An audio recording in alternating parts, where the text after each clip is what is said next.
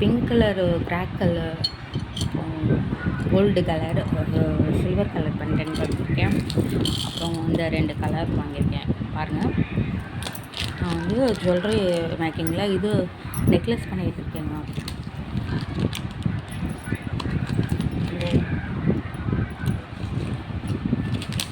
Blue colour crackle beads, அப்புறம் silver கலரும் gold colour அந்த லாக்கு வாங்கியிருக்கேன். நான் வீடியோ போட்டுட்டு தான் இருக்கேன். கொஞ்சம்